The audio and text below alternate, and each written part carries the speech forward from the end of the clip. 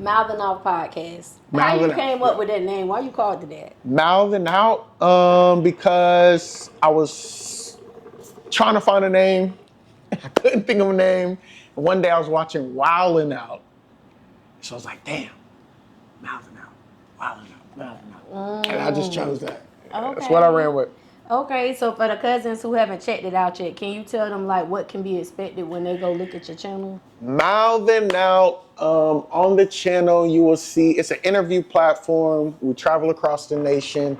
We interview music artists, but also entertainment executives like A&Rs, label execs, et cetera, et cetera.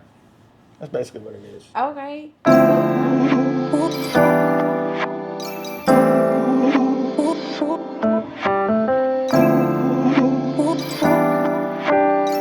What's up, y'all? It's your girl, Goddess7, and this is Cuzn Tea Podcast, where I talk to minority entrepreneurs.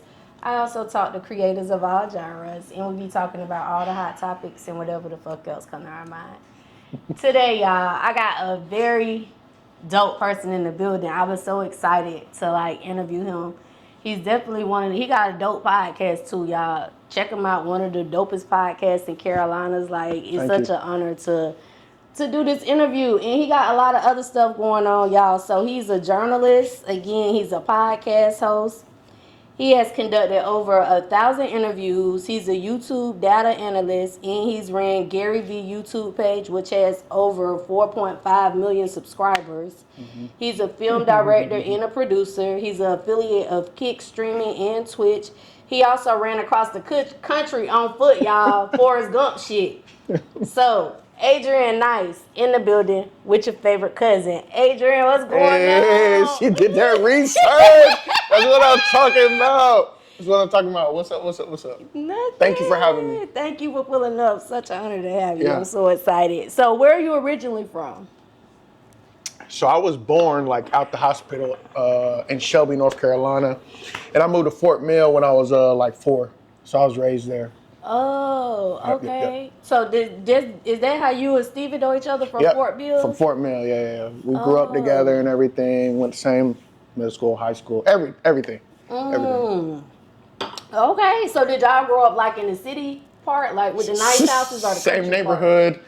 And everything? I mean, Fort Mill's kind of like, it's predominantly white for sure, but like there's like this street called Still Street where like all the black people stay on it basically. But at the end, there's a neighborhood called Avery Lakes, and like me, him, and a couple of our other homies, that's where we kind of grew up. Sure. Oh, okay, because I do legal processing too. I always used to serve paperwork over there in that area. Okay, yeah. People be on their credit cards and shit. I gotta bring them papers. Serve them. That's hilarious. Okay, so Charlotte, because you live in Charlotte now, right? Charlotte area, yeah. Charlotte area, yeah. Okay. So food, I ask every guest about food because I love food, even though I can't eat it all. What's your favorite spot to eat at here? Food? Damn, you got me. There's this Asian restaurant up in Central. I don't remember the name, but it's on Central Ave. I can't remember the name, but it's up there. It's an Asian restaurant. It's beside a library. I do know that. So if y'all know what I'm talking about, it's over there. But it's dope. Asian restaurant. What's your favorite thing to get there? Damn, they got this pineapple and shrimp dish. So it's like they cut a pineapple and they'll fill it with shrimp, rice, vegetables. Fried rice, like the Chinese rice? Yes. But it's like, it's presented very well. So I like it over there. What about a date spot? If the cousins want to come to Charlotte and take their girl on a date, where they going? See, I'm not a big like food, like if I'm going on a date with a girl, whatever type shit, I'm not going to take them to eat. I might take them to eat, but I want to do something. We going to go do some shit. Like we might go putt-putting, we might go bowling, we might go, I don't know, do some other shit. I just like to be a little different. Okay, when your birthday? February. Oh, okay. February. I asked because you said we're going to do some fun shit. Okay. I mean, everybody go to eat. We can go to eat too, but goddamn, everybody go to eat. Let's do something that everybody don't. Yeah. I don't really go out to eat on my dates because I don't eat a lot of food. Yeah. So. But I will, like, if my husband like, let's go out to eat, I'm getting a salad. You know what I'm saying? Okay. French I was about to say, what's your cheap favorite food? My favorite food? Yeah. Ooh. My favorite food is Mexican potatoes, which I make at home myself. Okay. So yeah, basically I put the potatoes in the air fryer, let them get all fried up, and then I like to put like some vegan shredded cheese on the top with some pico and guacamole, green onions, and scallions or chives. That sounds really good. Yeah. Are you vegan or a pescatarian or? Vegan, I guess. Okay. Yeah, because I don't eat no meat. You know what I'm saying? But I don't eat all vegan food. I like to eat like the whole food part of it. You know, like the produce. Got you. Mm-hmm. Okay. Yeah. So, what was the first thing that you did when it comes to entrepreneurship? What was your first adventure? Selling candy in high school. What you was selling? Selling candy. I ain't gonna lie. So like the kids, or this is actually middle school. So like the kids, you know, you have like the emo kids, the skateboarder kids. They is actually doing that shit, like drugs and shit like that. So what I did was I would sell Smarties and Pixie Sticks. What's Smarties? Smarties is like it's like little round candy. It comes in like a package like this, but it's little small like tablet looking things. And these motherfuckers would crush that shit and snort that. What? In middle school? Like it's drugs, but it's not drugs. I wonder how did it make them feel? Not shit. It's not they drugs. They just tried to think they was doing something and make them feel. But I was like, hey, y'all keep doing that. Buy from me. Hey, more than that. Take a line today? God damn. Hey, but that's my first little thing. But like realistically, probably shooting music videos. After high school, I got heavy into shooting music videos and film and everything like that. Was that like before you went to school or afterwards? Yeah, so I got into the film stuff in high school, and then right after, I think they dropped like the iPhone 4. We had a homie that rapped, so I was shooting music videos with an iPhone, charging like $50. And then I went to college for film, and then got into like films, narrative film, commercials, documentaries, all that. How long you had to go to college for? 4 years? I went for 2, so I got an associate's degree for film and video production, and yeah. What's some of the stuff like they teach you when you go to school for that? So it's different for different places. Like I definitely wish I would have went to California and did it, just because like at our school we had equipment. I was very appreciative of the free equipment and everything because, like I said, I'll shoot with my phone. So once I got professional equipment, I was like, the game's over. Yeah. But the caliber equipment we had versus out in LA, they're shooting with like Reds, which is like $30,000 equipment, cameras, $50,000 equipment. And they got the whole industry, you know what I'm saying? People that's actually making movies that you watching in the theaters, they the teachers over there, you know what I'm saying? So it's different levels, but they taught me basically like the basic skills. When you go to school, they teach you like the basic skills so you know the basic skills and the basic rules. So once you get out, you know how to break the rules and do your own thing. For sure. So when you say 30,000, that's how much the cameras cost? Just the camera. So do you think the Tubi movies be using 30,000 cameras? Yes. I fuck with Tubi though. Some of them definitely do. But it's like more than just the camera to make a film. You know what I'm saying? It's also like lighting, the lens, the actors. You know, all of them have to be in alignment. Everybody has to be on the same page to make like a dope product for sure. What's the name of the school you went to? The Art Institute of Charlotte. I went to the Art Institute of Charlotte, and the reason why I laugh is because like they recently got sued for like scamming and shit like that. So like all of our loans we got paid back, which I'm happy about. What kind of scam they was doing? They just was like, they was saying like they offer these type of things, but they really wasn't like offering that type of stuff. Or you will get this, that, and the third, and they was hyping it up to be more than what it was. So once students got in there, they taking their money and everything. These students are getting loans, Parent Plus loans and all that type shit. And then it's like, unless you have like dope teachers, you're not really getting what you think you're gonna get type shit. So what's like the price range for schooling costs for something like that? So they was charging, for my degree, I think it was like 60, 50 for a 2-year degree. For 4 years, it's probably more than that. Plus, and so on and so on. But all that got returned. I'm happy about that. But again, like if I go to like a job interview, I can't use that on my resume. You know what I'm saying? Because they got sued. Yeah, exactly. Shut down, sued, they're discontinued and everything. So it look weird on my part to be like, oh, I went to art school, they got sued, shut down, and everything like that. Yeah, because then they're going to be like, that shit well legit. Right, exactly. But, you know, the knowledge is all the same and everything like that. So okay, so for the cousins watching who don't know exactly what it is that a producer and a director does, because we see it on like the credits, but some people don't know exactly what they do in detail.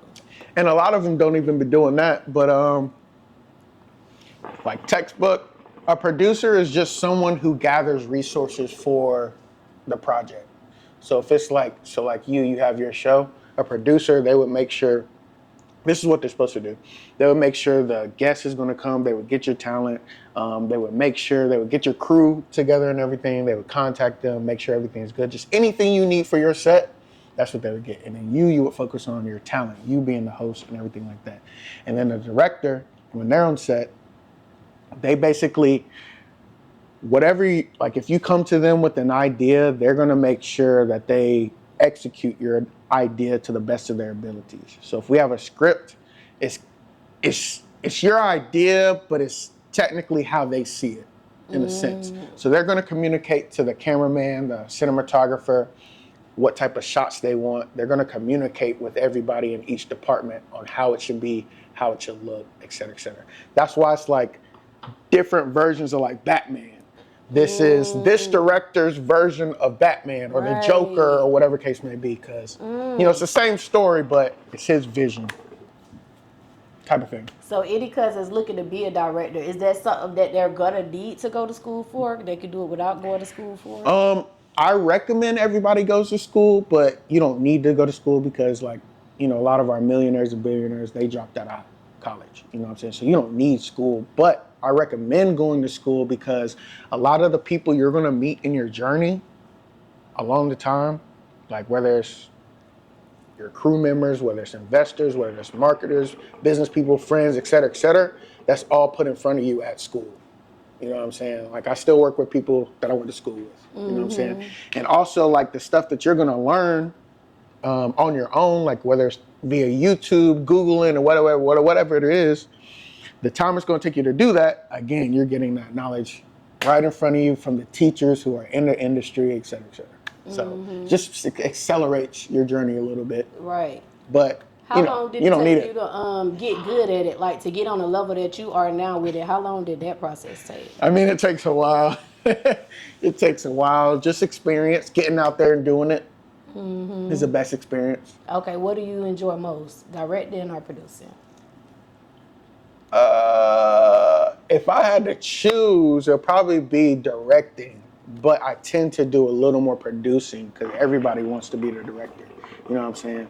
So I'm not one to be like, I need to direct. You know what I'm saying? Producing is just as good. It's just like project management. That's what producing is. So, yeah. Okay. So with directing, do they need to have any equipment to start that, or? Yeah, so like on ground level, yes, the director's probably going to be doing multiple things or whatever, but like on a big major set, all the director is doing is communicating and delegating tasks. So all they need is their chair. Their chair, their knowledge, etc. Right. Yeah, so like everybody's going to come to them just like, is this how you want it? And all they got to be like is yes or no, or communicate how they want it. And they're going to talk. I mean, their real main job is to talk to the actors and, you know, speak to them about how they need to act. Right. Yeah. So with that, they may not need like money to start that off because they kind of just need like their knowledge, right? Right, but then you need people around you who have the equipment, who have the resources, etc. And that's where the producer comes in. If you're a director, you find a producer, a knowledgeable producer, and he's going to get all the resources for you, so you can just do your directing. You got to remind me sometimes because I be forgetting. No. That's that hookah. No, whenever you're ready, you know what I'm saying? Okay, so in your opinion, what would you say makes a great producer and a great director? Because I ain't never interviewed a director now. You my first. That's dope. What makes a great one? For a director, just a person who can communicate effectively, because that'll be very important. So like, it's very difficult if I see something, how it should look in a camera, for me to communicate that to the cameraman and for him to shoot it exactly how I see it in my brain. Because I'm not the one shooting it, you know what I'm saying? So if I can communicate that effectively to him, then, you know, that would make me a good director. Or to the actor, like, you're communicating feelings, you're communicating emotion, you're communicating how they need to move, et cetera, et cetera. Like laugh a little louder. Yeah, exactly. So for them to do that, that would make them pretty good. Okay. So when you say when I look at it, like, do you have like your own device that you look at while the cameraman is recording? I mean, yes, but when I say look at it, I'm just saying like, I mean, yes. But I mean, like, when you're describing something, like you describe your show, like Cuzn T podcast, like when you're describing that idea, your vision in your head, you're gonna have to communicate that to your team. You know what I'm saying? And they're gonna have to understand like how you want it to look. And it might take you showing them like 3 other podcasts that are already on, et cetera, et cetera. I want it to look like this. I want us to have the set like this, et cetera, et cetera. Like, it's just a lot. Right. So I think I'm a director and a producer too then. Technically. Really? I am. Yeah. Okay, you just made me aware of that, Adrian. So what's some of the things you have directed for? Some of the shows are film, videos. So I have a couple of short films out. One's called Charlotte Bound. We shot 2014. Not too many. Like, a lot of my stuff is like podcasts. I produce a lot of podcasts. A lot of podcasts is winning the Queen City Awards and all that. Me and Steven produce a lot of that shit. Oh, let's not talk about that, because I was just telling somebody we was talking about that, right? Because the Queen City Awards, y'all who don't live here, who don't know, it's like an award show here. Yeah. But I had looked at that podcasting list. I ain't see your name on there. So I'm on there this year. You was on there? Yeah, and I've won one year also. But okay. But it's also like, I mean. Well, okay, so you would be a plus, and then the ones that do the open mics too. I seen them. No advisory. Mm-hmm. Okay, so I knew No Advisory was popping. Like, they've won a couple of years. Yeah. Right, but then I started researching them other podcasters. And I ain't seen no shows since, like, y'all ain't dropped nothing since last year. How y'all got bested this year? Well, I mean, it's like this also. Like, they do like a nomination round. So even if you are doing work out here, because I know a ton of podcasts that's doing work, but that's not on there, they're not being nominated or they're not nominating themselves. So it's marketing is a part of it too. You know what I'm saying? Once you get nominated, you got to get people to vote. So it's like 50% votes and 50% they got like a board of people. Oh, okay. So them people just went on there and nominated themselves. Type shit. Really type shit. You know? Okay. So when you just finish your school, let's say they done went to film school, they just finished, like, what's the quickest way for them to start making money after school? It depends on what route they take. With what? Making films? Yeah. Films? Make your own films. Make your own films. I was just talking, I said I came from another interview.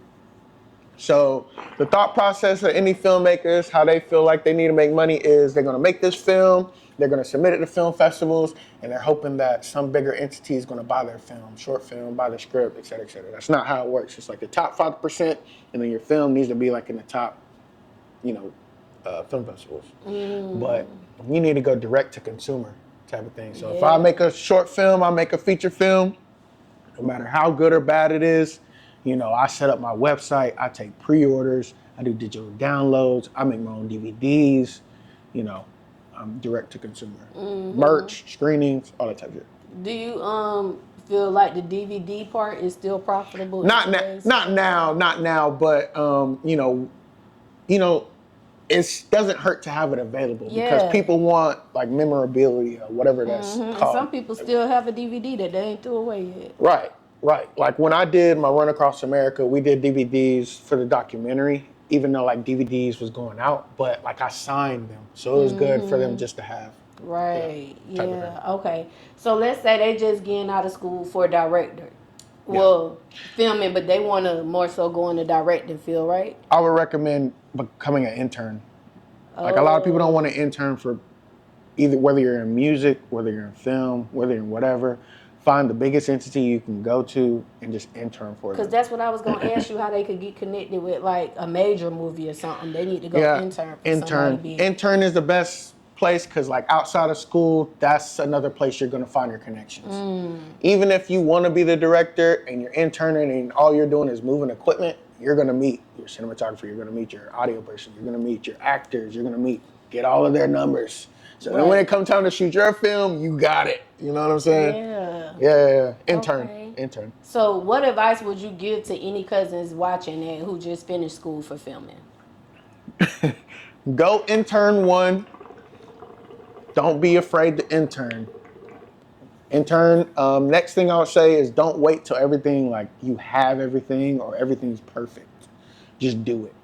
Even if all you have is your phone and like your cell phone light, like just go do it, because everybody's first film is going to be trash. It doesn't matter how good you are, it doesn't matter how much experience you have, it doesn't matter how many degrees you have, that's just going to be trash. And then, you'll learn along the way. Did you do intern? Who was your intern with? I didn't intern, I just went to like just doing it experience and stuff. But I mean, I've been on other people's sets that I went to school with, and like my teachers, like we got hands-on experience, and so Okay, Mouthing Off podcast. How you came up with that name? Why you called it that? Mouthing Out, because I was trying to find a name, I couldn't think of a name. And one day I was watching Wildin' Out, so I was like, damn, Mouthing Out, Wildin' Out, Mouthing Out. And I just chose that. Okay. That's what I ran with. Okay, so for the cousins who haven't checked it out yet, can you tell them like what can be expected when they go look at your channel? Mouthing Out, on the channel you will see, it's an interview platform. We travel across the nation. We interview music artists, but also entertainment executives like A&Rs, label execs, et cetera, et cetera. That's basically what it is. Okay. So, Bout It Out, I saw that YouTube was created back February 2018. Is that like when you actually started your podcast? So, I started the podcast in 2020. I started doing YouTube in 2012, though. But YouTube deleted my channel, basically. So you started over in 2018. And I started over in 2018, yeah. Exactly. You changed the name to Mouthing Out? Yeah, I was doing like reactions at first, and then I changed it to Mouthing Out. 2020, I conceptualized the show. It was supposed to be a TV show at first, but then I ran across America, so we ain't even do it. Then I revitalized it. 2020, coming from LA, and yeah. Okay, so when you started off, what kind of equipment did you start off? Was it with your phone too? Yep. Okay, what about your lighting and stuff like that? So when I came, 2020, I had just moved back from LA. It was right before COVID, before even COVID was a thing. I didn't know COVID was about to hit, but it hit. And I went to Camp North End. I didn't have a studio or nothing. I went to Camp North End. I knew how to make a show. So I knew all I needed was a phone and a mic. You know what I'm saying? But I went out there and I just started doing interviews. Like I knew people would pay just because I know how to present it. And then, that's basically it. Just a phone and a mic. Phone, mic, and we had a desk. Got a graffiti-style desk that had my logo on it. So a lot of y'all see like the TV with my logo, but it was first like a desk that I brought everywhere. Okay. So was it like you interviewing people at Camp North End? Yep. Or you tell it for real? Yep. Just like regular people? Any artists. Because I already had a fan base of artists from doing music videos. Oh. So I was just like, easy transition. Okay. You know so they was like hanging out down at Camp North End. I mean, I'll hit them up. Be like, yo, I got this show. I'm doing interviews. I'll show them what it looks like. I'll be like, this is what I'm charging. Come on, do the show. They'd be like that. Let's do it. Okay, that's dope. Do you do your own editing? I do my own editing. Now I'm starting to outsource more just because time is crazy. And AI makes it a little more easier to do things, but time. Okay. What was like one of the hardest things you experienced when it came to editing? I think like when I do like event interviews. So I'll go pull up at the club and do like 5-minute interviews, or I'll go to South by Southwest. So like if I go to like a place like South by Southwest, which is a huge music like showcase thing. You know what South by Southwest? Yeah, in Texas. Yeah, exactly. So I'll come back with 200 interviews. So like having to get them out in a nice time frame is difficult sometimes when it's just me. You know what I'm saying? So that just like. Was you able to get them all out? I mean, it takes a while. It takes a while, I ain't gonna lie. Like I get a couple of messages like, where my shit at type shit. Yeah. But you know, I get them out. So just like releasing them in a timely manner when I have a lot of them can be an issue. Okay, what kind of software would you recommend when it comes to editing podcasts? I use Final Cut. If you have a Mac, you can use Final Cut Pro. If you have a Mac or a PC, you got Premiere Pro or DaVinci. Those are the three I would recommend. But I would recommend probably Premiere Pro only because they're starting to incorporate like AI into their software. So like if I have like a 3-camera setup and I am using Adobe, instead of me having to go through and edit it by hand, moving everything, I can just, it'll do it for me. It'll cut it all up for me and save me hours. Okay, what you think about Filmora? Filmora? I haven't heard of Filmora. You didn't? No. Oh, okay, But that's what I mean. Filmora. I mean, look, as long as it can get, I think the major thing to look for in software is that you're able to stack the clips. Like you have Movie Maker, which has been around forever, Windows Movie Maker, but it's all on one line. So you have to kind of, you know, it's more difficult. So just being able to stack. Yeah, Filmora give you different tracks that you could put Right, exactly. So as long as you have that, it doesn't matter what you use. Okay, now your intro, that shit dope, Adrian. I love your intro. Like, did you shoot that yourself? No, I had a friend, he went to my film school.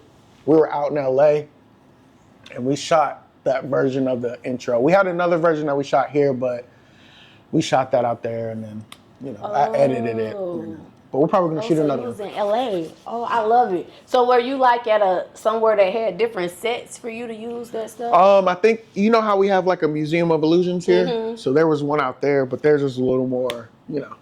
Oh, and you just brought your own mouthing off little seat thing that was in it. Yeah, exactly. That shit was nice, Adrian. So if somebody wanted you to shoot them an intro like that, like what's the price range they looking at spending? I'm not gonna shoot it. You're not, because it's too difficult. I just don't do that stuff no more. I'm more into producing podcasts, producing shows. So I recommend them to somebody else. To someone who can do it. Yeah. Okay, So I'm gonna talk to you. You can still come to me. Right. But we'll connect you with somebody later else. so we can talk about it. Okay, so when you did your first interview, like, do you remember who it was with? I do not. Were you nervous when you did your first one? No. No, it kind of was just natural. Nah, yeah, it's just conversation for me. Just a conversation. Okay. I do get nervous for like the bigger ones, just because, you know, some of these people, they've been on like bigger podcast radio stations, whatever, bigger shows. Breakfast Club, all kind of shit. Exactly. So when I interview them, it's kind of like, hey, who am I? You know what I'm saying? But as long as you do your due diligence, do your research, get the right questions and everything, I feel like, you know, you're just as good. How long did it take you to get your interview skills to the level that it's at now? I mean, like I was doing, you know, probably say like my first 100 interviews. Your first 100 interviews, you had it down packed after that? After that, yeah, for sure. Okay. What's some things you feel like you learned now that you producing your own show that you maybe didn't know like when you was in school, but you got in the field and you like, yeah.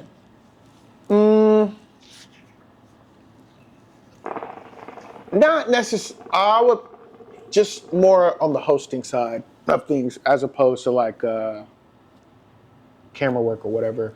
Just, you know, because at first I didn't do questions. I didn't do research. I just winged it. And I just had like a set of questions. And then outside of those set of questions, I would take it wherever, which is cool. And it did the due diligence. But just do your research on the person. The interview will come out better. And just learning how to reach out to like bigger artists. You know what I'm saying? That's like a skill. That is a skill in its own. So what's some tips you can give to Cuzns for reaching out to bigger artists? To bigger artists, you want to try to contact their publicist or road manager or somebody within their camp. Like you Don't get in their DM. I do that too, just so it's covered. Mm-hmm. You know, like you want to put the ball in their court. You want to DM them, you want to email them, and if there's a phone number, you want to call that too, just so it's all covered. But, you know, chances are they're probably not going to answer it. So whether it's their makeup person, whether it's their wardrobe person, whether it's their cameraman, photographer, whoever, you look on their page, you see who they tagged in their page, you reach out to them, like, yo, they're coming to Charlotte on this date. I'm trying to get them in the studio. But most likely, it's going to be the road manager, publicist, or label who's going to make it happen. Okay. Sure. What's up, y'all? It's your girl, Goddess7, and this episode is sponsored by a couple different sponsors. So y'all already know I had to shout them all out. First of all, y'all, I got to shout out Robinson Hustle 8, because guess what? They branding us over here. Y'all see these cute little glasses that I be drinking out of? Hold on, let me take a sip.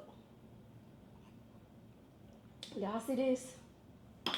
Y'all see this right here? Y'all see this cute little liquor ice bucket, whatever you want to call it? They made all of that.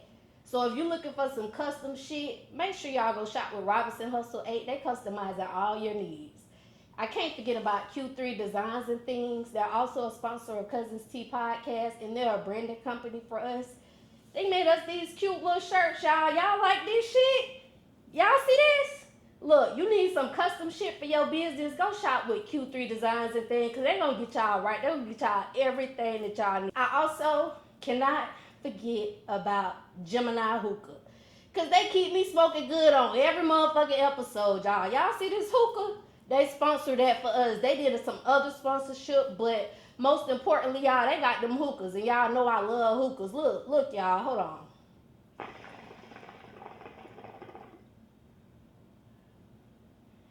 See that cloud? See how that smoke just come out real thick, real cute or whatever? You could be smoking like that too, y'all. Go shop with Geminiih Hookah. They got these ice packs. They got these portable hookah tips. You can take this thing anywhere with you. And they got hookah candles, y'all.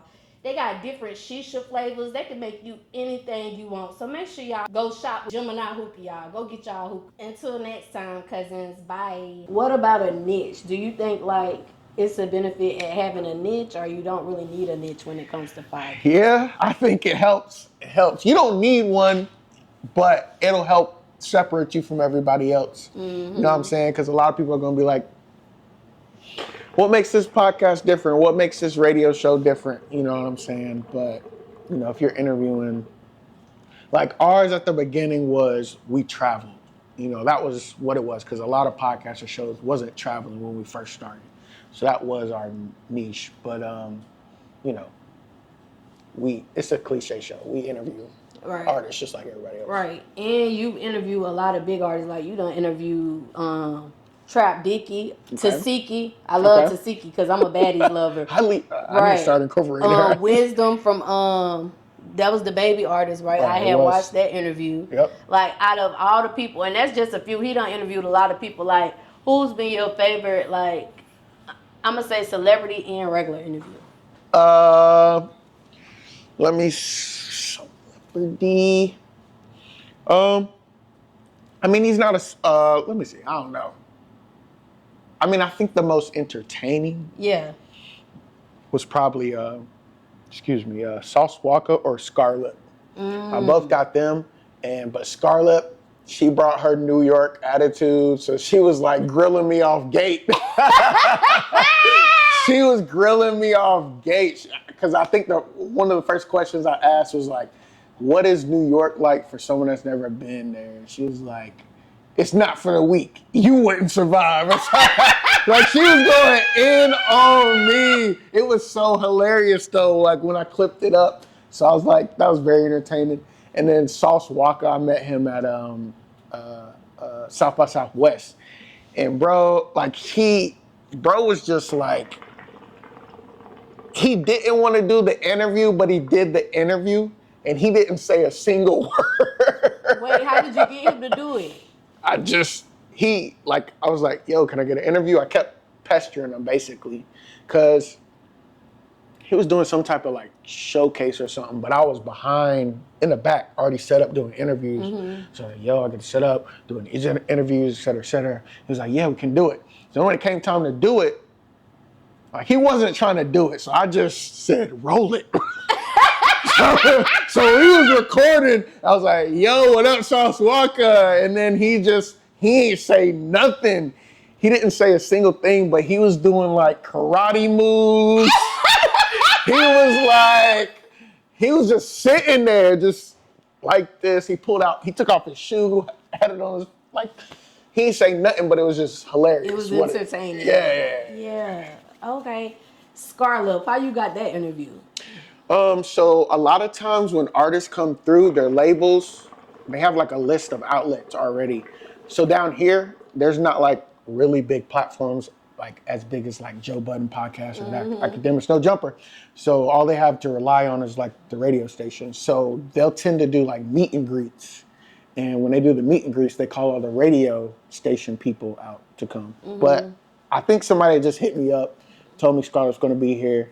So we had pulled up. She was at the bowling alley with somebody with, like, everybody was there. And then we just got her name. Okay, so South by Southwest, like a podcaster wanting to go to South by Southwest, like, is there any type of requirements they need to go through or just buy your ticket and take your equipment? Look, South by Southwest is the wild, wild west. You can do anything you want to do out there. What I tend to do, what I've done in the past is I'll go, hit up all the events, showcases, and set up if they give me access. But now what I recommend is just go setting up on the street and just getting your content. There's just so many people out there, so many artists walking by. That's probably what I would say. Okay. So when you interviewed Tasiki, yeah, because you found out that she was Krishan's sister on that interview, right? But I didn't know. It didn't hit me when she said it. Until you start looking at her, you like. Yeah, afterwards, I kind of did more research on her. But while I was talking to her, she said that, but because I was looking at her, and I was looking at her eyes, and then she said she was from Baltimore and that she likes to fight. So immediately I thought of Krishan. I was like, and I said, yo, you look like Krishan. And she's like, that's my sister. But I thought she was just saying it. You know how some people say it, and it's just like, not really her sister. Yeah. So I just kept on talking and asking questions, but later on I found out like that was really her that's sister. what I was gonna ask you. Like, did you know before like she be really out here beating bitches up? Like, no. When I did that, that was probably like music. 2 years before she is whoever she is. She was already doing music, but it was like BET Weekend, and she was out there just doing a showcase. Like she was just trying to get on this. I mean, she was probably already doing it, but just, she was not who she was. Would you do another interview with her? Yeah. I tried to line it up, but, they asking for money and everything. I'm like, Right, she done blew up now. But that's her team. Like, I feel like if I was to talk to her directly, she'll be down to do it for sure. But, which makes sense. Like, I'm not going to knock it. Get your money. While you on the up and up, get your money, because it ain't going to last forever. Type shit. Okay, what about her energy? What was her energy like? Her energy was cool. She was cool. Yeah, she was cool. It was enjoyable. I'll have her again, for sure. So that interview, you was in Atlanta, and like you said, you be all over doing interviews. So what's been your favorite city to do an interview in, and why? Favorite city to do? Probably Charlotte. Charlotte? Charlotte, only because all my resources are here. Like, I have access to studios and, camera teams and stuff like that, so I can make it look exactly how I want it to look. When I go to other places, I get it done, but it don't always look or sound how I want it to be. So do you feel like Atlanta is like a good city to network in as far as podcasting? I feel like every city is when it comes to podcasting, for sure. I'm a big advocate for podcasting, video podcasting at that. We're about to see like a huge wave in like video podcasts, and there's still like a lot of podcasts that are just audio. You know what I'm saying? But I mean, Atlanta's right next door to Charlotte, but like if you're trying to get like next level in the podcast game, I'll probably say go to New York. New York? Why New York? Just because, or LA, but New York, just because like a lot of these artists, if you have a music podcast, if you have a music podcast or interview platform, go to New York, because a lot of these artists, they're going to New York for their media runs.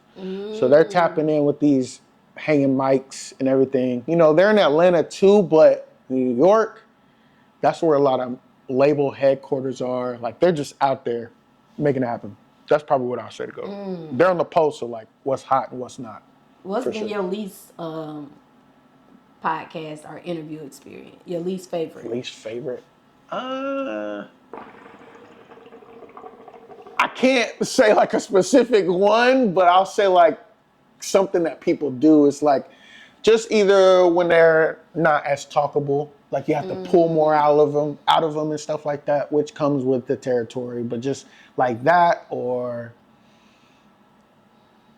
like if they don't want to be there but they're there, that sometimes happens because like their label or somebody says they need to do it, stuff like that. The ones who don't talk a lot, do you be feeling like, dang, I'm ready for this shit, let's hurry up and get this shit over with?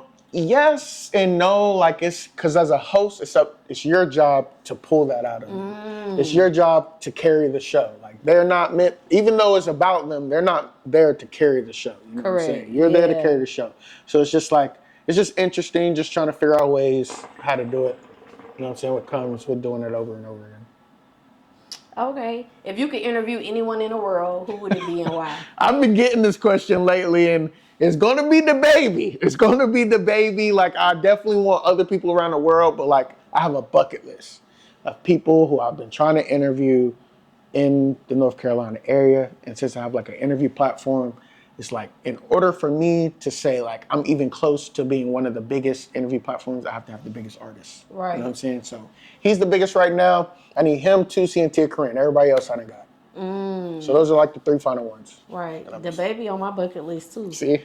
So tap in. Tap in. You're doing a media run right now. Yeah. So tap in. Yeah, and it's like, if you from Carolina, why wouldn't you want? You know what I'm saying? For sure. But two, you know, it's like, why would he? Yeah. I'm not big, you know what I'm saying? I mean, I've done a lot, but I'm just not like, you know, Breakfast Club. Why would he? So it's just like trying to figure out a value proposition of why he would come on there. Besides, like, your homie knows me, or I done interviewed all your homies, you know, like, besides that. It's got to be valuable for him. Yeah, definitely. At the same time. Okay, so you hit over 1,000K interviews. For sure. When you hit that 1,000K mark, like, did you celebrate? I can't even remember what I did. I think I might have just posted like a video. I was like, what's next, man? You didn't get none of those balloons. They be getting like 100K. Nah, I wish I did. I need to start celebrating more of the small wins for sure, but nah, I think I was just like, all right, now let's focus on bigger people. How long did it take you to hit 1,000? That was recent. I mean, it happened last year, so I guess 3 years, something like that. 2 years, something like that. Okay, so you're also a journalist. Yep. In your opinion, what would you say is the difference between a journalist and a podcaster, or you think they kind of the same? It's kind of the same. It just depends on what your podcast is about. So like me, I'm a music journalist. So like basically music journalism is just like whether it's the artist or whether it's a music event, a lot of times they're doing the research on the person and they're writing articles with a blog or something like that. But they're just covering whatever it is and just writing about the person or something like that, or doing interviews. But the podcast, you know, it can go everywhere. Yeah, talk about anything. Yeah, exactly, Right. exactly. Okay. It's the same thing. What would you say makes an interviewer a great interviewer? Again, you know, doing your research. If it's like the podcast or the show's not going how you wanted it to go, figuring out a way to, you know, Bring it back to where you want it to go. Exactly. I think that's, if you can do that, you're going to go places for sure. Because that's, you know, everybody's different. So if you can just, you know, become that people person, carry every show, be that personality that you're supposed to be, and really like dive into like being a host, a personality, like you're going to go. Okay. So what would you say makes Adrian Nice stand out from any other interviewer? I would like to say we outwork everybody. We outwork everybody. Y'all working out here. Yeah, it's not necessarily the hosting, which we're focusing on more now, but we'll outwork you for sure. So when you say outworking, like, what you mean? Like in a year, you might be putting out like 50 interviews. We're going to put out 500 interviews. Ooh, yeah. Or, okay. you know. Okay. That's really what it is. So any cousins looking to get in journalism, what advice would you give that cousin?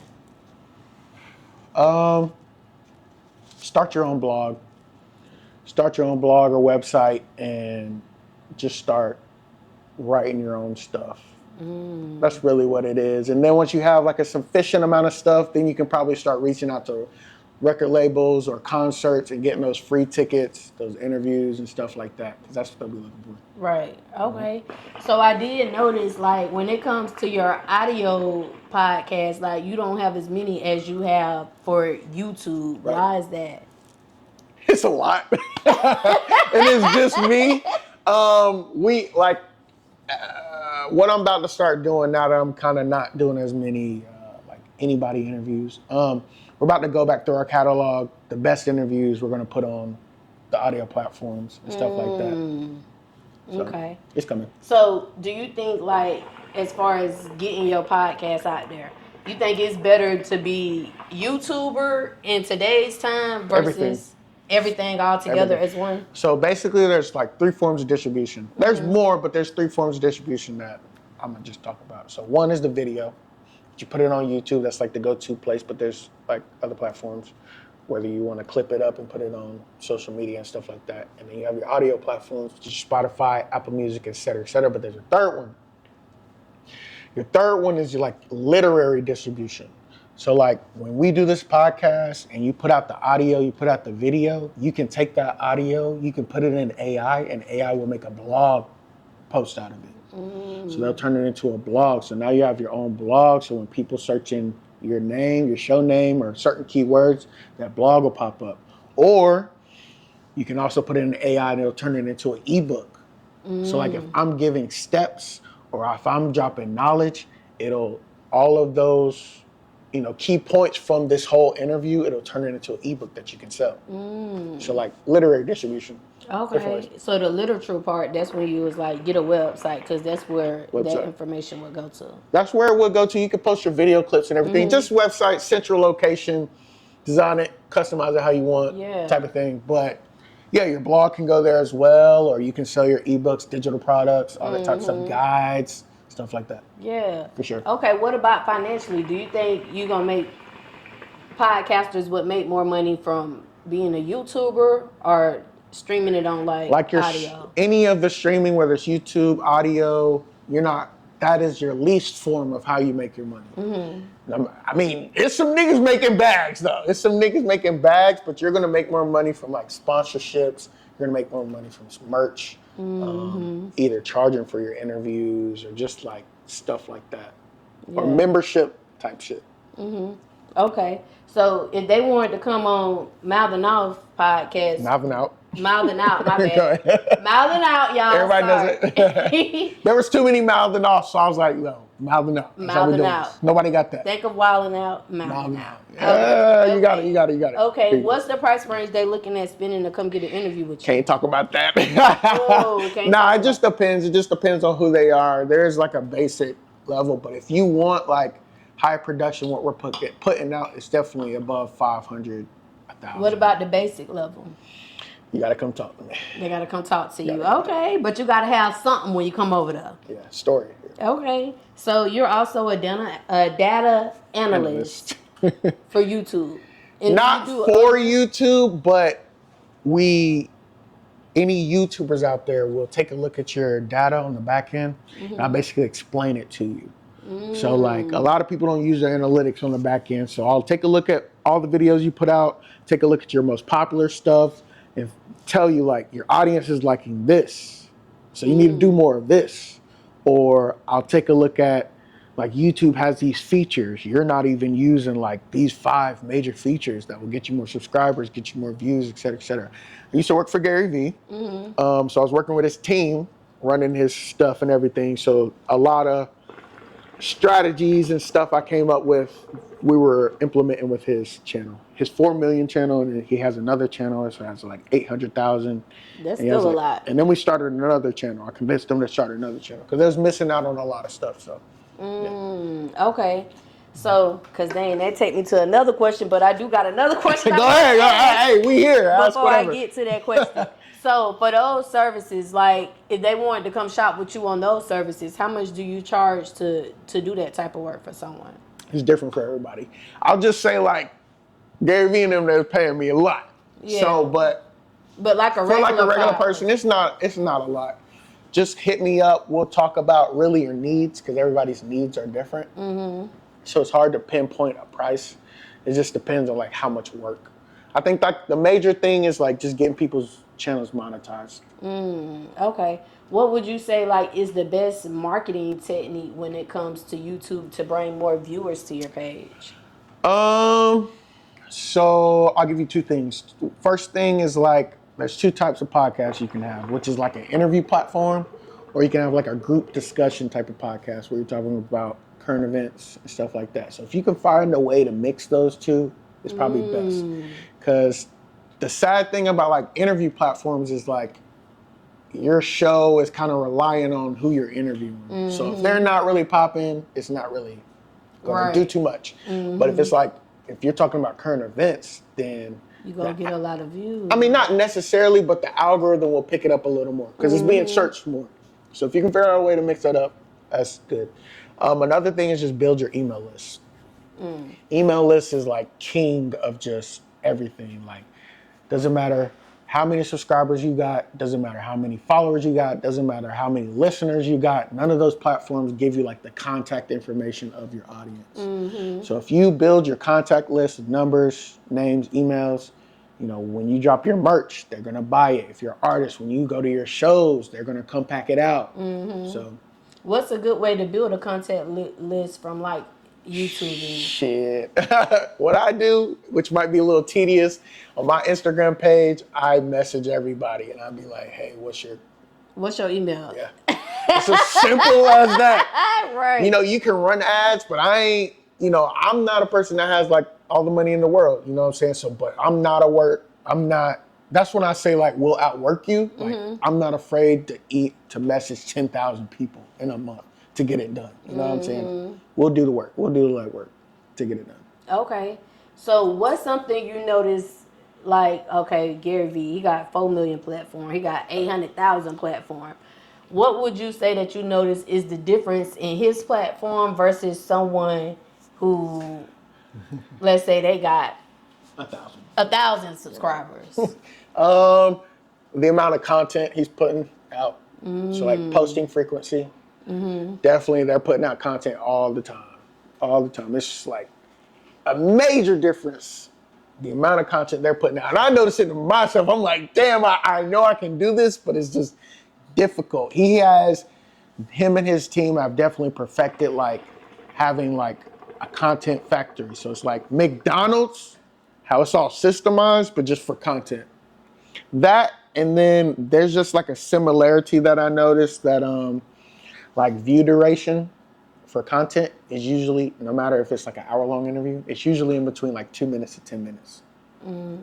So when you make your hour-long interviews, which are, you know, however long it is, you want to go back and you want to clip 2 to 10 minute clips, horizontal clips. You know, everybody's doing the 1 minute, still do that, but just 2 to 10 minute horizontal clips of specific topics that I think that's true because like the videos that I do post clips, they be having way more views than like the whole hour or something interviews. Right. Yeah, nobody's, unless they're like diehard super fans, nobody's really gonna watch like the whole thing.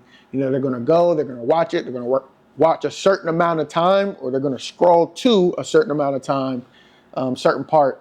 But if you clip it, you know, you're getting your hour-long interview, and then you're getting these 2 to 10 minute interviews, and then you're getting your 1 minute, which is a lot of work. Make them want to watch. Yeah, exactly. Hour one. Exactly.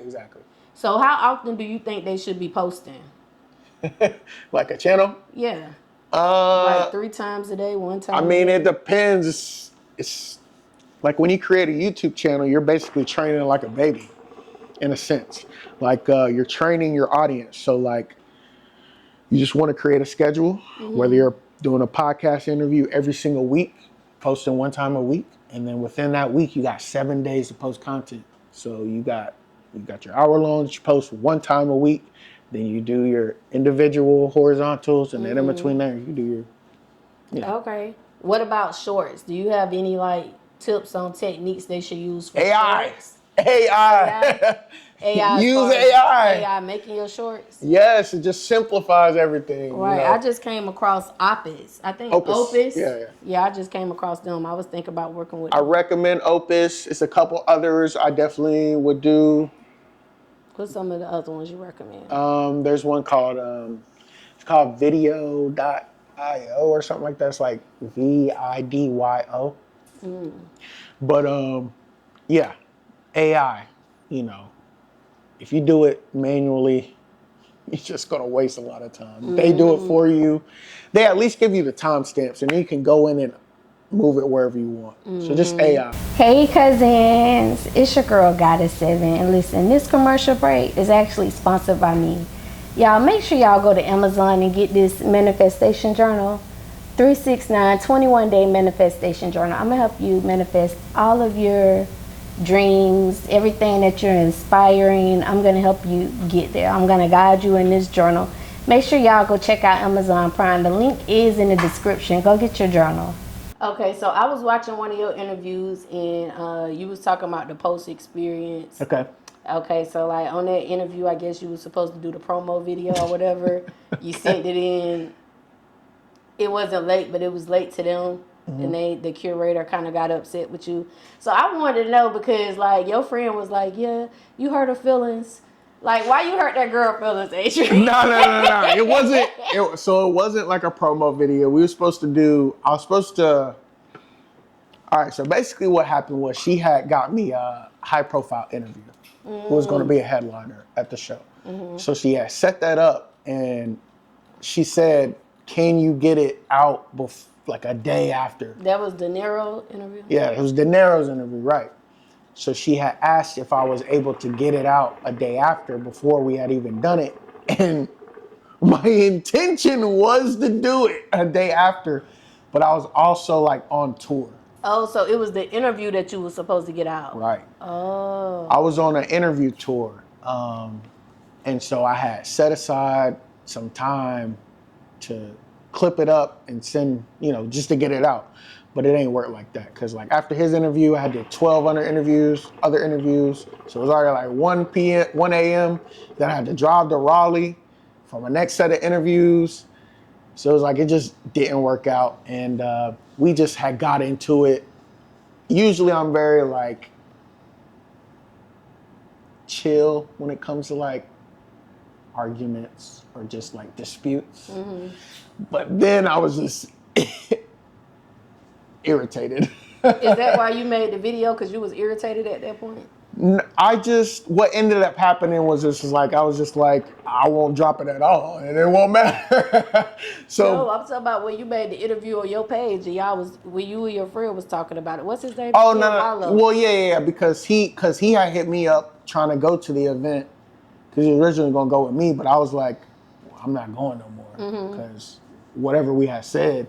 So then I was just like, but still reach out to her. Like, we cool and everything. Like, it's no bad blood or anything, but still, like, I wanted to see him succeed. So I was just like, reach out to her.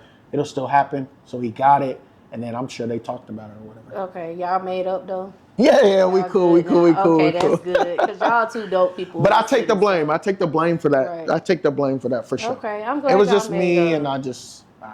Okay, yeah, because y'all both got a lot going on for the city. So Yeah. Definitely. Now, during that, what we just talked about, you said you was on tour.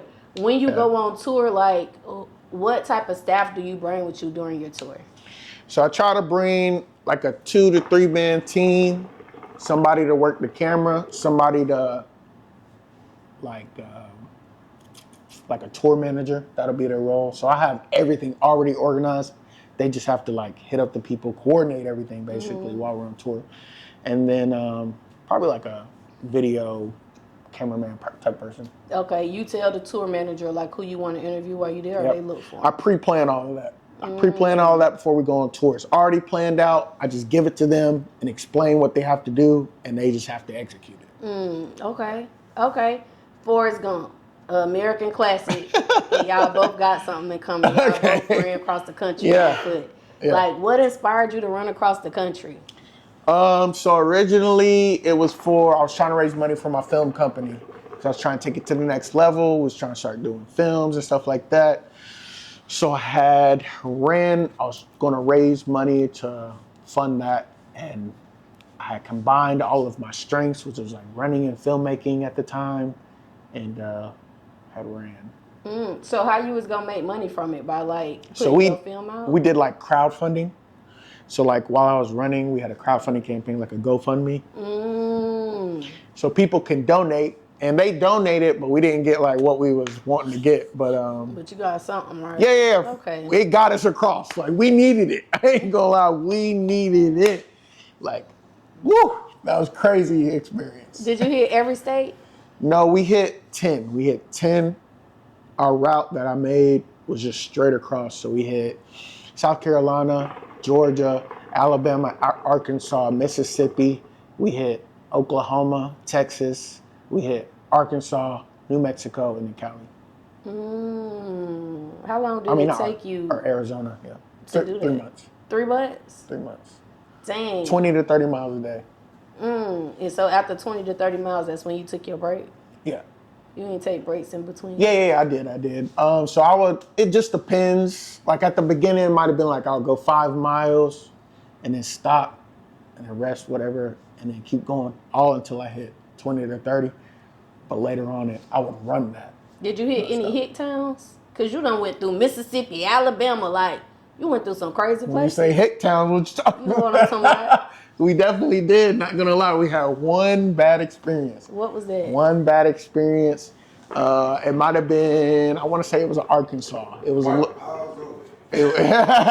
it was Arkansas, and I was running, and right when I got off, my homie who was driving the support vehicle, he was on his skateboard or whatever. And he said somebody drove past in his vehicle and was like, "Niggas don't ride skateboards." I was like, he did what? Really? Et cetera, et cetera. But it was just that town. The town was definitely racist because we went in the store after that, and like everybody was just staring at us and stuff like that. And then the police had pulled up. They was getting gas or whatever. They didn't say anything to us, but it was just like coincidental. They gonna pull up while we there type of thing. So it was just like we need to slide. So did y'all use the support vehicle to get out of that town? Yeah. So basically, it's kind of like what would happen is I'll run my 20 to 30 and I would stop and we would mark it. And then from there, I would hop in the vehicle and we'll go to, wherever we're going to sleep that night. And then I'll come back to where we marked and then keep going type of thing. Oh, okay. So, what about dieting? Like, did you have to change your dieting for that? Really, I just ate whatever. Not going to lie, I wish I could have chosen like what I would eat, but it's like we had a certain amount of money. So it's kind of just like, whatever we can get. So like we were sleeping in the whip majority of the time. We had started to do like, we had a tent and everything. We was going to camp out, but like the first 3 days we did that, we realized that's probably not the safest because it's just like, it's us against the world, you know what I'm saying? So it's just like anything could have just fucked up that tent and we would be gone. Right, a bear or anything. Yeah. So we just started sleeping in the vehicle and then getting foods or snacks or whatever that lasts. You know what I'm saying? Did you have to train for that? I definitely trained. Probably should have trained a little more. How long did you train for? So it took me 6 months. So like 6 months. So like the first 3 months, I kind of planned the whole thing out. And then the second 3 months, I trained for it, basically. What did your training consist of? Just running. I was doing CrossFit, for those of the people who know like CrossFit is. And then really just mental preparation. For those that don't know, what is CrossFit? CrossFit is just like, so like you go to the gym, but it's like it's like high impact type stuff. So it's like in 3 minutes, see how many pull-ups you can do, or in 3 minutes, see how many push-ups you can do. They have like a set regiment, but it's not like if you can do it, it's like how many you can do in a certain amount of time. Did you lose weight? I did, but I gained weight beforehand because I already knew I was going to lose weight. So. How many people was with y'all? So it's just me and him. Oh, it's just the two of y'all. Just the two of us, yeah. Oh, okay. You also do Twitch and Kicker. Yeah, Kick. Okay. How did you get into that? Just live streaming, that's the wave. I would advise everybody to get in live streaming, incorporate it into your content creation any way possible. It is the wave, so I believe. So what do you think when it comes to that? Because Kai Connect, he do Twitch, right? Yeah, yep. What do you think separates him and all those followers he got for someone who may not be on that level? I mean, I think like every streamer on a basic level, they have to just put the hours in. Like it is time consuming. So like first off, you have to put the hours in, and they just happen to cultivate an audience around the games they played. And then to take it to the next level, they started bringing on rappers or people in the entertainment industry who already have followings. And then people are tuning in now, they blow up. And so now, you know, they're just, to have like a great stream, they pre-plan the whole stream. So like, if we were to do like a 4-hour stream, they have it all planned out. So when I bring you on as a guest, I know I'm gonna do like, I don't know, we're gonna do yoga for this first part of an hour. We're gonna have a taste testing, have a chef come in and whip up something. So like I did a 24-hour live stream recently, and that's kind of what I did. Every hour I planned something out. Yeah, that was when you had Stephen the Dream on there with that road. Right. Okay, so when it comes to Twitch, what are the requirements that you have to meet before you get monetized? So it's very low. It's very low. I think you only have to have like 50 followers, and I think that's it. That's it. You can get monetized. What? I need to start doing Twitch. You need to start doing Twitch. Right. I got to figure out what I'm going to do. What's going to be my niche? I mean, you could just put your podcast up there. You could stream your podcast. Oh, they be podcasting on Twitch? They do everything, but it's just live. So like your pre-recorded episodes, you can just stream them live. Live from Twitch while I'm doing them. Right. Or even after.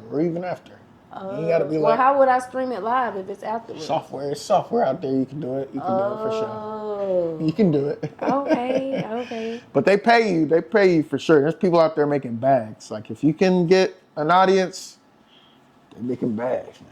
I'm trying to get like that. I swear I'm trying to get to. It's gonna be there soon, Adrian. Yeah. I'm believing in it.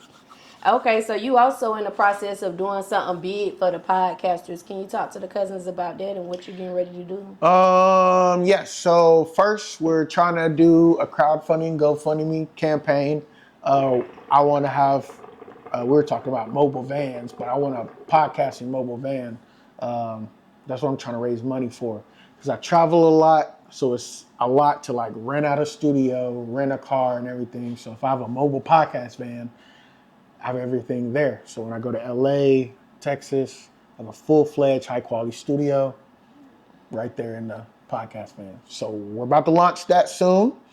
And then after that, we're going to launch a streaming service for video podcasts. It's going to be called Vodcast Central. So it'll double as a streaming service, but also like a podcast directory. So like your podcast might be on there. So when artists, they might hit mine. They might be like, what else is on here? We can just... Here's a directory. You can go to this, that, and the third to get your shit done. What all would first of all, how big does the van have to be?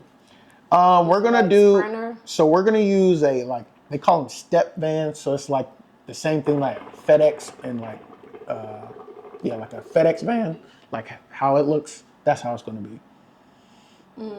Like the Amazon van? Not the Amazon van. Like FedEx and what's the other package delivery? UPS. Like they're very square. They look different than like a Sprinter van. You know what I'm saying? It's a little more room. Yeah, it's like a box van, etc. Yeah.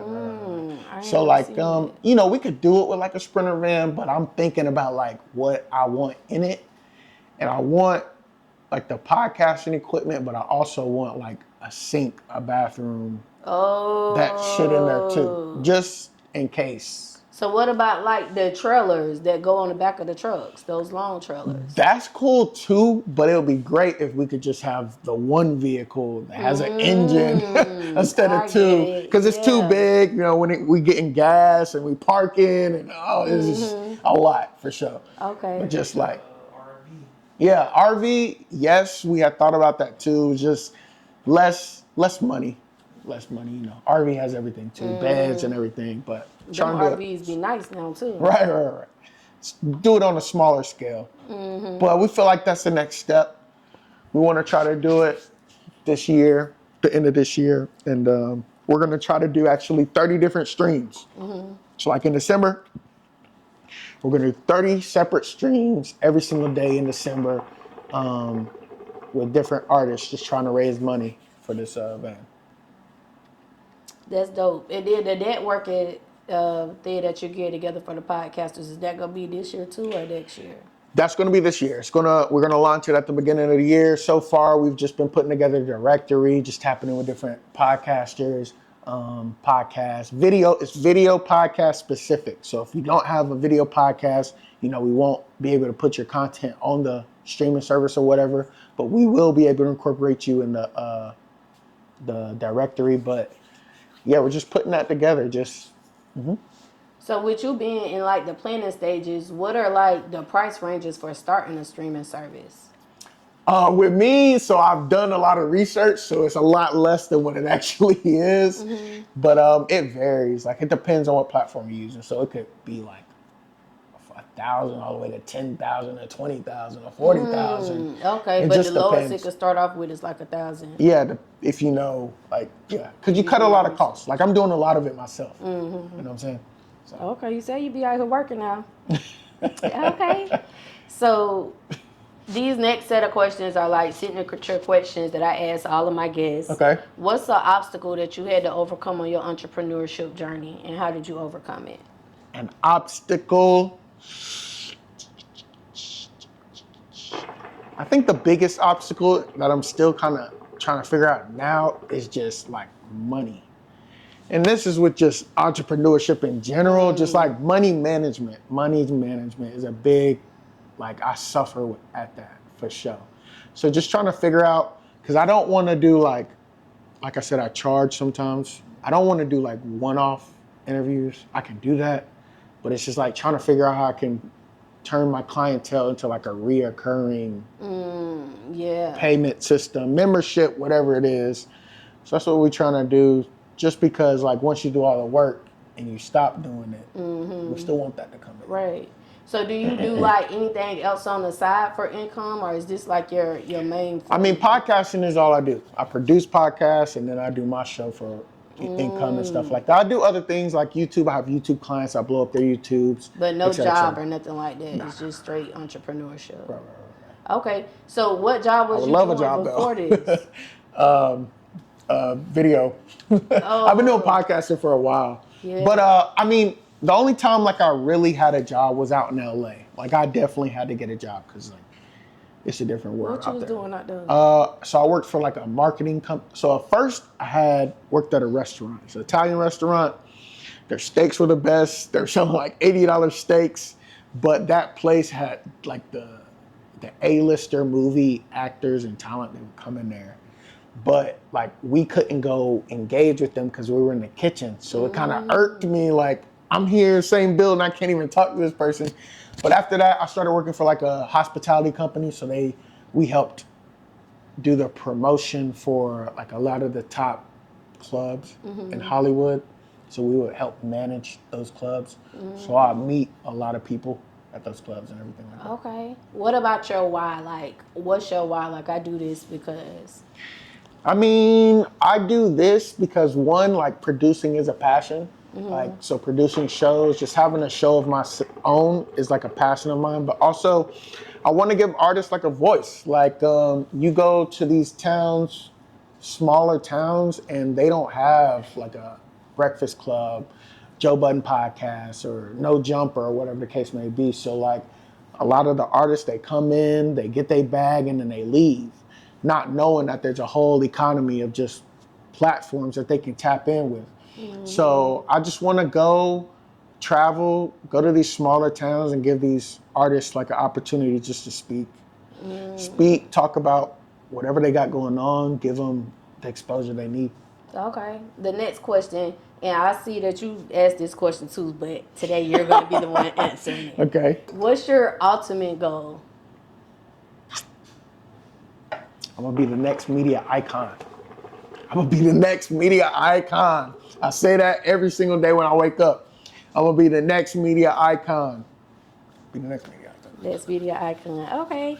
What's one thing that you want the world to know about you?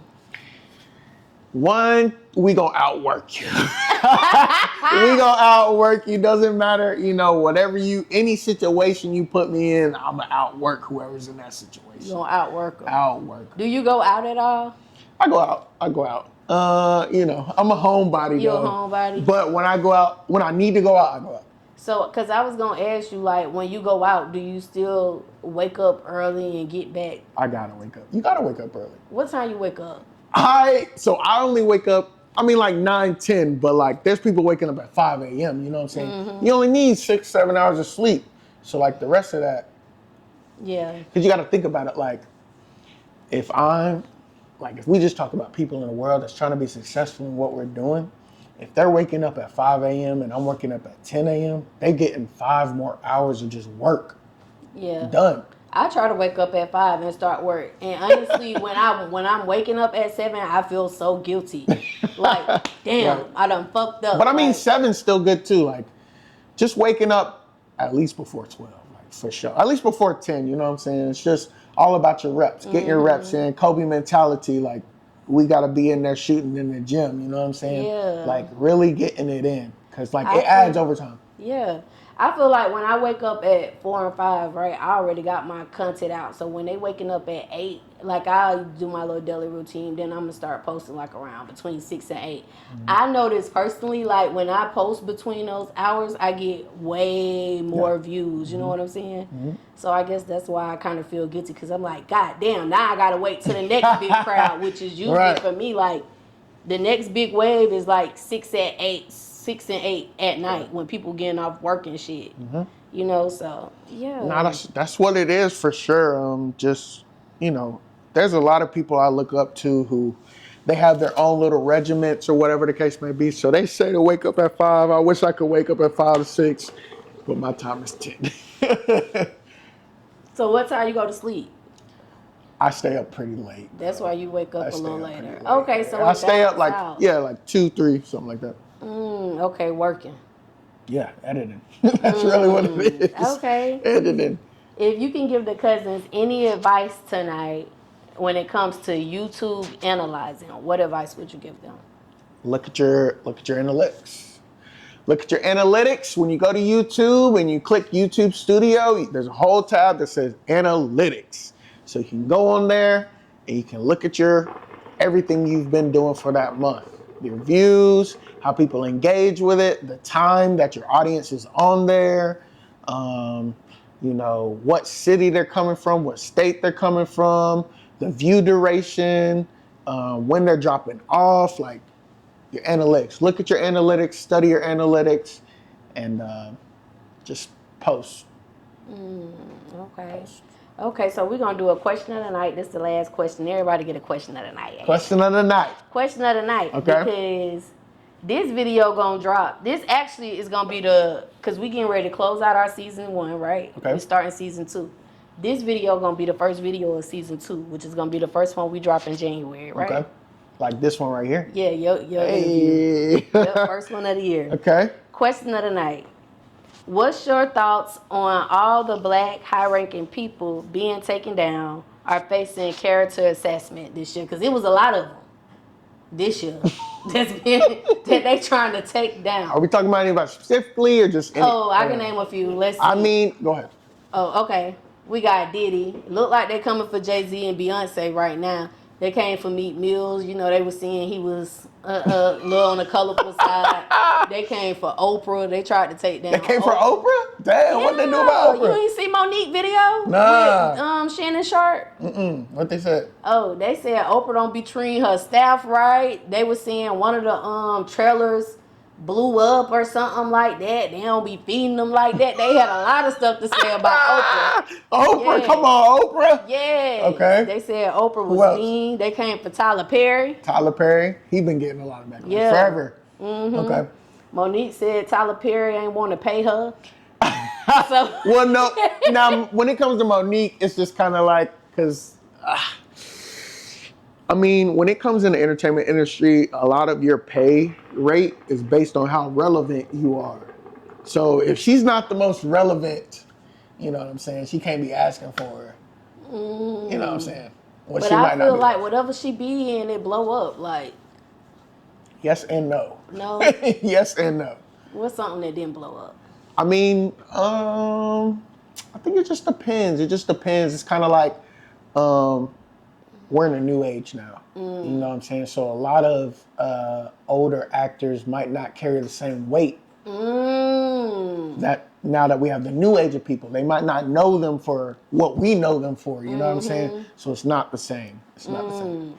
Even with like record labels too, like it's a lot of people who've been at those record labels for years who done lost their positions. So the question is, what's your thoughts about them trying to people? I'm gonna say people in high positions in our community. It looks like they're under attack this year.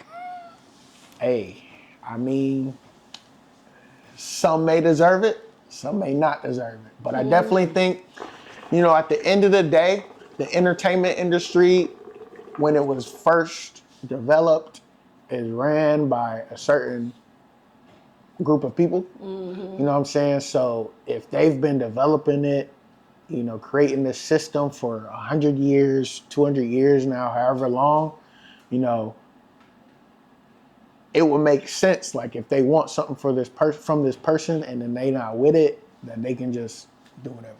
That makes sense. But I'm not saying that's what's happening. Do you think social media might have an impact? Because like I was looking at it from an aspect like when those people were really in high positions and doing well and you had to go through them, COVID didn't happen yet. Like I feel like after COVID, social media opened up that stream to where you ain't really got to go through those type of people to pop now. You got to basically cater to the people. You got the people deciding who going to the top now. Yeah, social media is giving everybody like a voice to kind of speak on their own. But even then, it's still like, you know, who's social media owned by? You know what I'm saying? So it's still kind of like an agenda.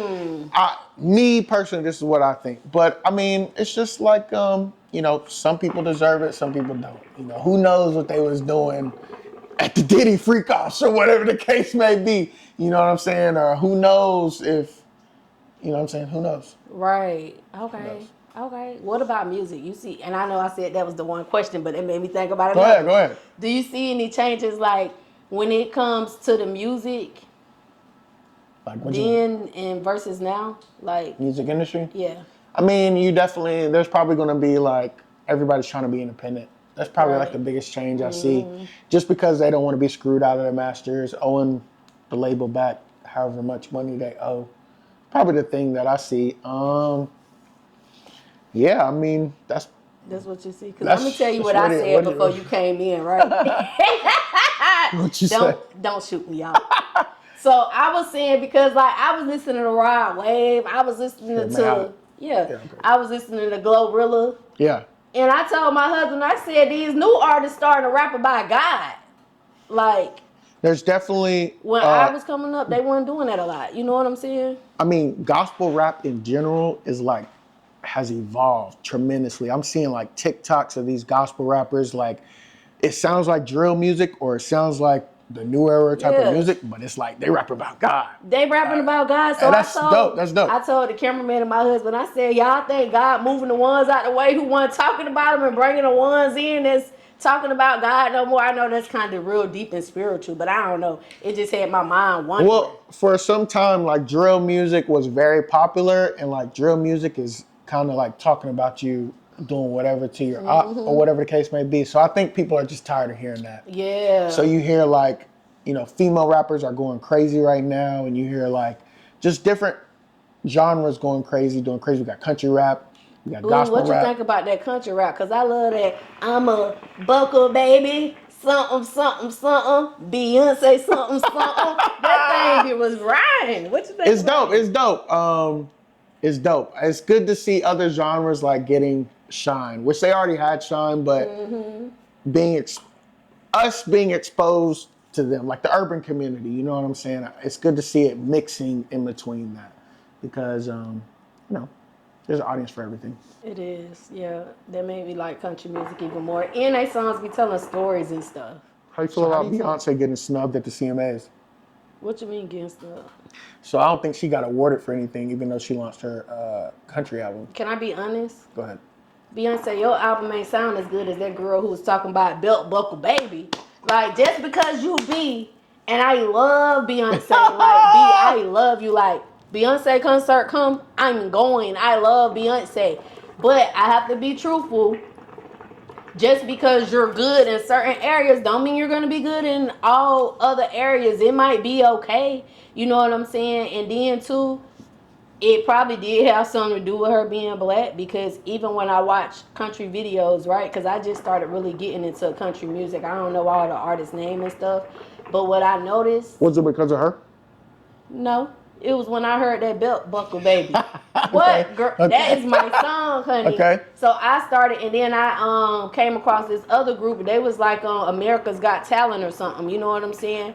But what I noticed with country singers, like the black country singers, they don't have a lot of black people in their videos. They might have one black person, or they the only black person, and all their friends are black. I mean, white. It's not that diverse. How many black people you know listen to country music? You know what I'm saying? So that might have something to do with her getting snubbed. You know what I'm saying? There was a very prominent country artist, and he was talking about it, and he said the exact same thing as you, but he got like a lot of backlash for it. Like, they was trying to make him seem like he was being racist, but it wasn't that. It's kind of like the same thing you said. He was like, just because you make an album don't mean you're going to get nominated. You know what I'm saying? Like, they have country artists that have been doing this, are in the community and everything. And he was just like, yo, you know, it's cool that you're making an album, but come to the award shows, come to the whatever in the community or whatever the case may be. It's not just going to come in, pop up, say, hey, get the I'm Beyonce, I'm getting this award. Right. No, your song got to sound just as good as these other people in country.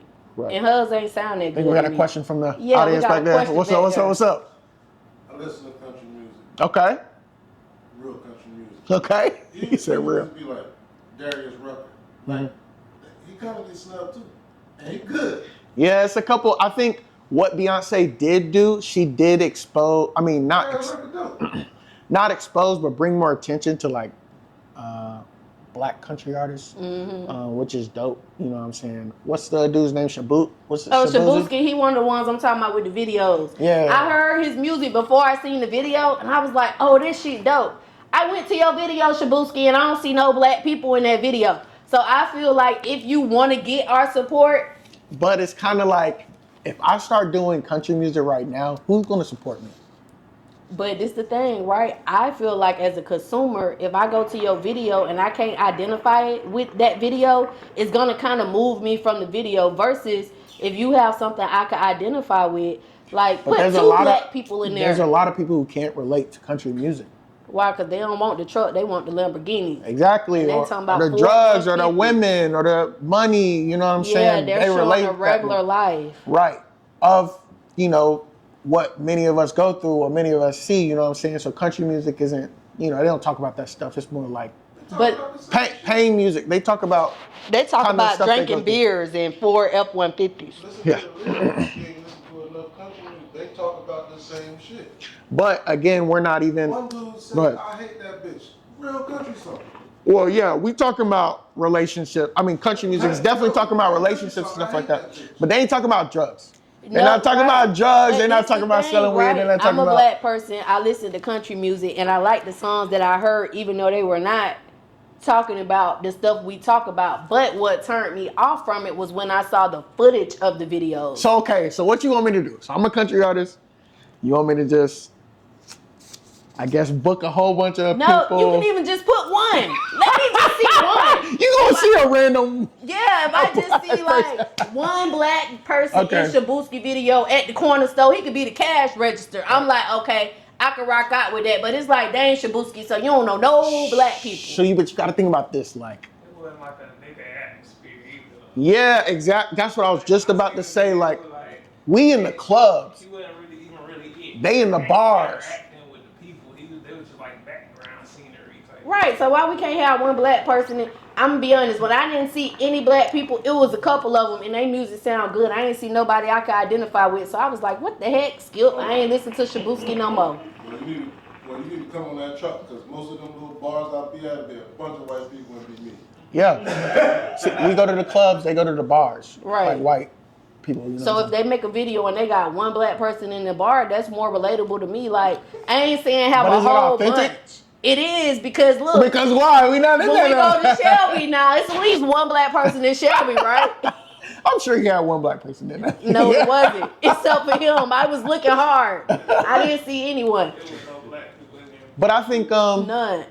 we just got to get more exposed to different genres. That too. girl Buck Belka, baby, she had variety. She got black people, white people. Like, it's a diverse video, and both people are attracted to her music. I'm coughing. It means I need to shut the fuck up. Nah, for sure. Like, hip hop isn't everything. Hip hop, R&B, soul is not everything. It's For not. sure. Yeah. We can appreciate different genres, rock, whatever. Yeah.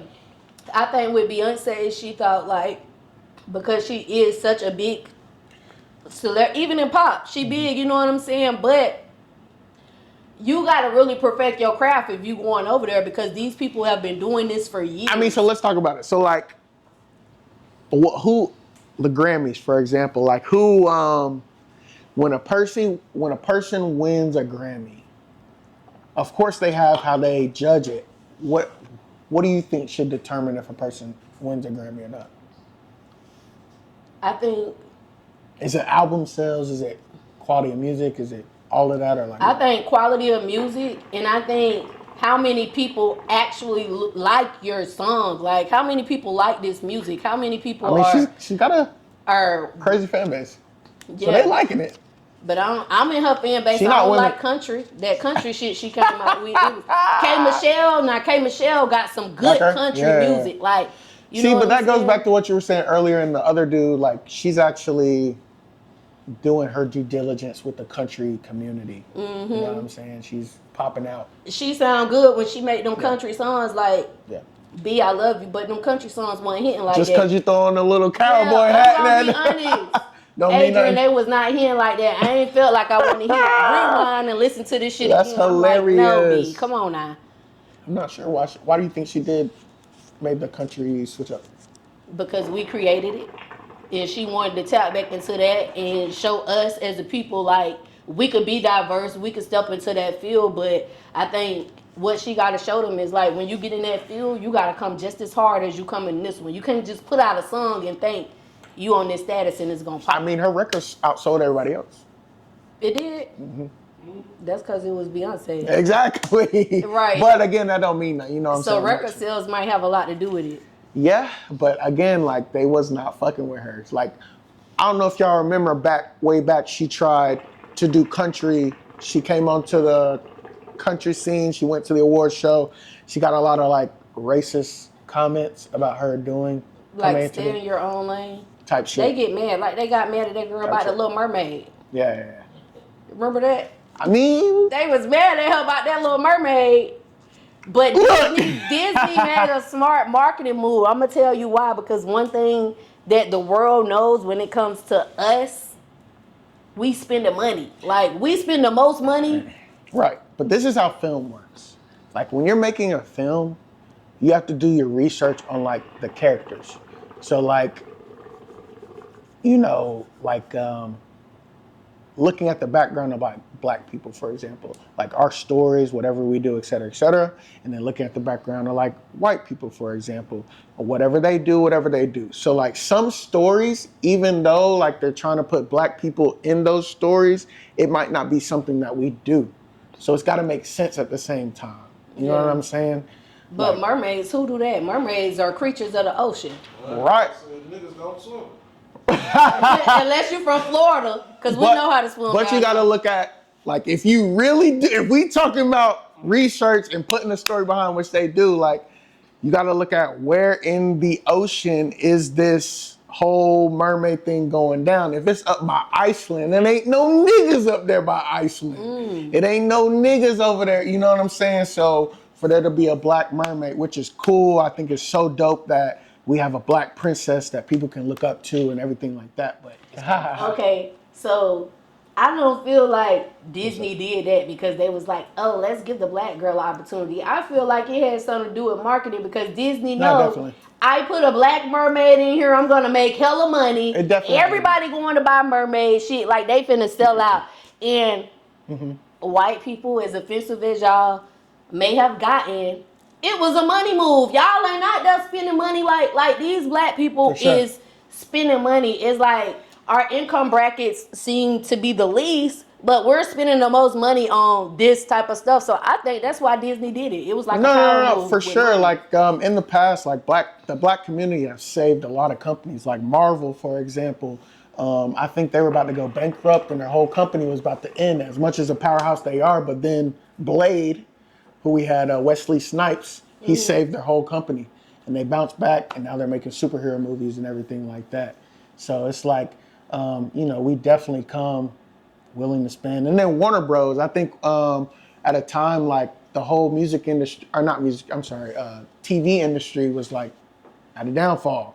But then the black sitcoms were coming out, like Moesha and like all of that type stuff, so we definitely come. They know it. They know we finna spend that money. They know like it. Barbie. They like, let me make Issa Rae the president because they're gonna spend money. Right. Like, so yeah, that's what I think about that. Yeah. But then again, it's kind of just like, they trying to remain the, majority. Right. Yeah. Control everything.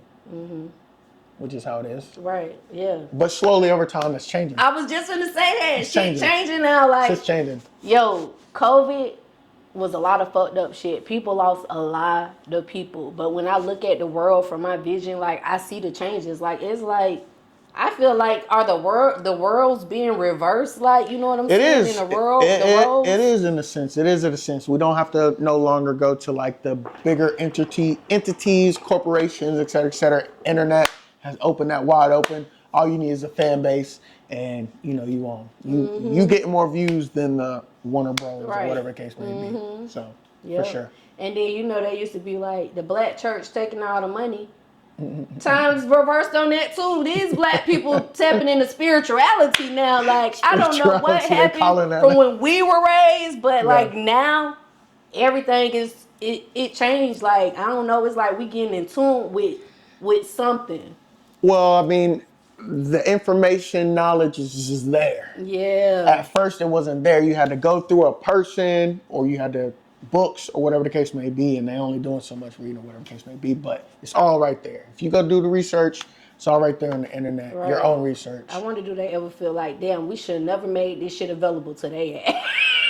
I mean, that's the thing. It's a person that's saying like they don't want to be controlled. That's making it available to everybody else. So it's gonna happen regardless. It's gonna happen. All right, Adrian. Well, that was a good conversation, honey. So before we get up out of here, let the cousins know where they can find you at. All right. So you guys can follow me at Adrian Nice. That's my personal ADRIANNYCE.